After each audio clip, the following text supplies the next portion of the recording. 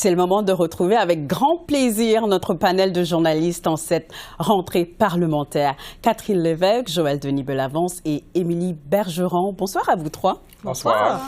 Alors, parlant de ce nouvel échiquier politique là à Ottawa, on sait que Pierre Poilievre va déposer une motion de censure pour tenter de faire tomber le gouvernement. Joël Denis, je commence avec vous. Est-ce que vous y croyez là des élections bientôt quand on sait que tant le Parti libéral que le NPD sont quand même dans des positions défavorables là, dans les sondages? Ouais, évidemment, il va falloir que les trois partis d'opposition décident que c'est le temps d'avoir des élections. Donc, le NPD est peut-être un joueur incertain, mais je pense que, malgré tout, j'ai comme l'impression qu'on pourrait avoir des élections cet automne. Je ne l'écarte pas, ce scénario. Et d'après moi, selon ce que je peux voir, je pense que je m'attends à des élections en novembre. C'est-à-dire après les élections provinciales ou à peu près qui auront lieu en Colombie-Britannique, en Saskatchewan et Nouveau-Brunswick. Donc, ça ouvrirait une fenêtre intéressante pour le fédéral. Parce que, autrement, ça nous amène au printemps. Au printemps, ça veut dire peut-être après le budget, si le budget n'est pas accepté. Et ça pourrait être en plein hiver. Donc, ça, c'est pas un scénario qui plaît à les partis politiques. Et je pense qu'une fenêtre automnale devient de plus en plus intéressant pour le Bloc québécois, compte tenu de la marge et de l'avance qu'il détient au Québec. Donc, ça commence à converger. Est-ce que c'est suffisamment convergé? Pas encore, mais je pense que le ciment commence peut-être à prendre un peu plus que ce à quoi on s'attendait. Alors, Catherine, parlons justement du Bloc québécois. Ils sont maintenant en une meilleure position de force, si on veut, là. Quel dossier est-ce que Yves-François Blanchet va tenter de faire pousser, là, pour avoir plus de gains? Donc, la priorité numéro 1, il en a parlé aujourd'hui, c'est l'augmentation de la pension de vieillesse pour les aînés de 65 ans et plus. Actuellement, on a eu une augmentation pour les 75 ans et plus. Donc là, on veut vraiment le miser là-dessus. Vraiment, c'est la priorité du Bloc québécois actuellement. Il y a d'ailleurs eu un projet de loi privé, en fait, là, qui a été accepté par le NPD, par les conservateurs, ne reste que les libéraux. Donc là, on négocie déjà en coulisses, là, semble-t-il, qu'il y a eu des discussions à ce sujet-là. Autre dossier, l'immigration. Évidemment, on veut plus de pouvoir pour le Québec. On va aussi là, avoir, on va vouloir enlever l'exception religieuse pour le discours haineux. Bref, il y a bien d'autres dossiers. Finalement, ce que Yves-François Blanchet a dit aujourd'hui, c'est la même chose qu'il dit toujours. Ce qui est bon pour le Québec, ce qui est bon pour le Canada, parfois, on va tout ce qui est bon pour le Québec, là, on va l'accepter. Alors, je m'attends à ce qu'il y ait des négociations serrées en coulisses, là, surtout si on va en élection très bientôt. Voilà. Et Émilie, je me tourne vers vous. Pour les conservateurs, ils sont quasi égalité là au Québec avec les libéraux en deuxième place. Ça, c'est selon le site Canada 338. Est-ce que leur message contre la taxe carbone est en train de résonner là dans la province?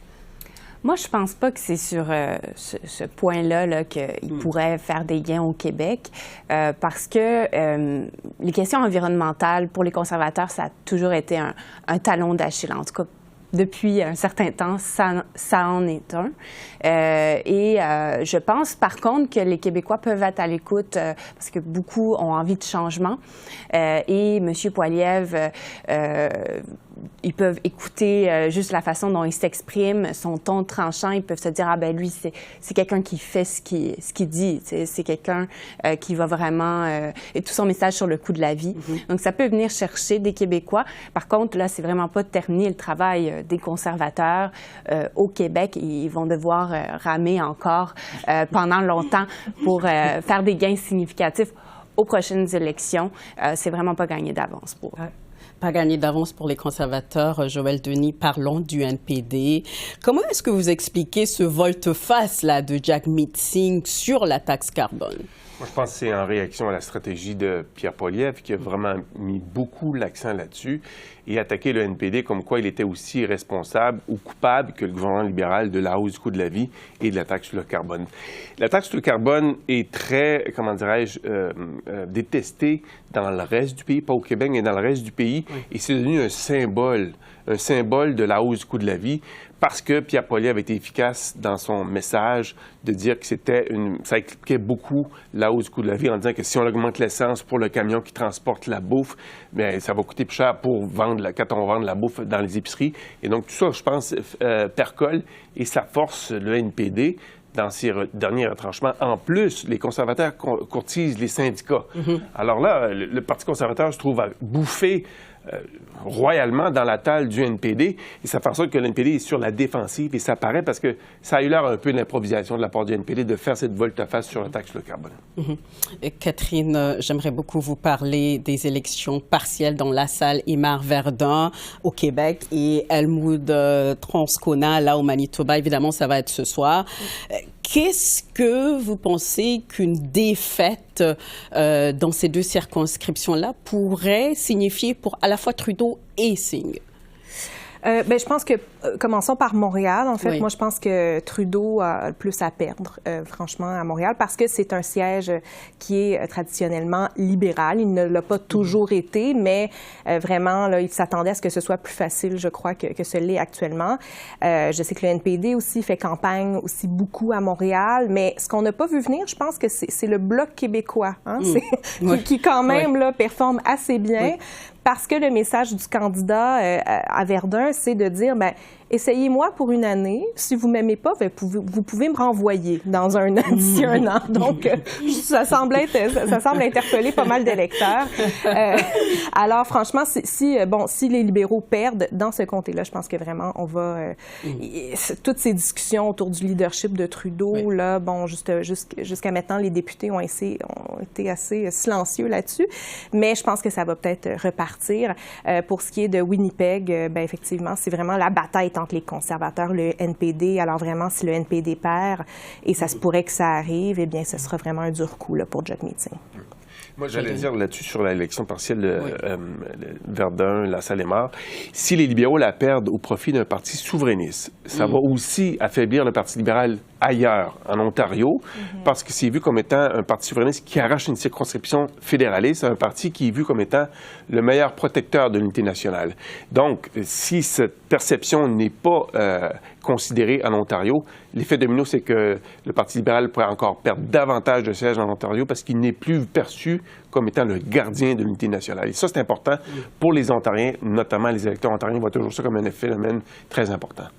Et Émilie, quel impact est-ce que ça pourrait avoir pour le leadership de Singh particulièrement, là? Oui, s'il perd dans Elmwood Transcona, ce serait vraiment un coup dur, comme Catherine l'a dit.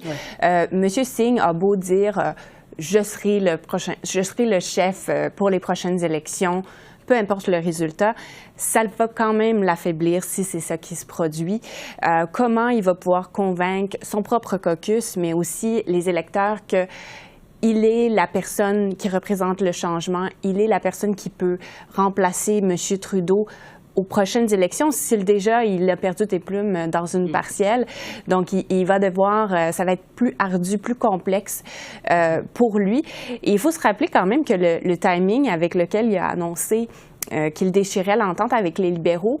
Quand on regarde le moment où il a fait ça, c'était peut-être pour marquer des points dans la partielle, pour se démarquer de ses adversaires, pour se poser justement comme le rempart contre M. Poilievre, là où justement il y avait une lutte contre les conservateurs dans Elmwood Transcona. Donc, il faudra voir si sa stratégie a fonctionné.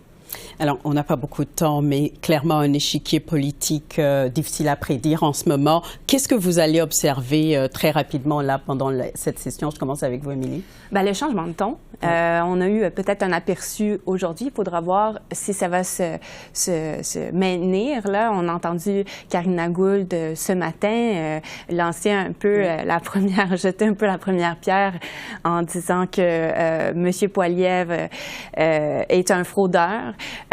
Donc, on voit quand même des attaques personnelles. À la période des questions, on a vu un M. Trudeau quand même assez combatif. Donc, ce sera à voir si vraiment on peut parler de changement de ton.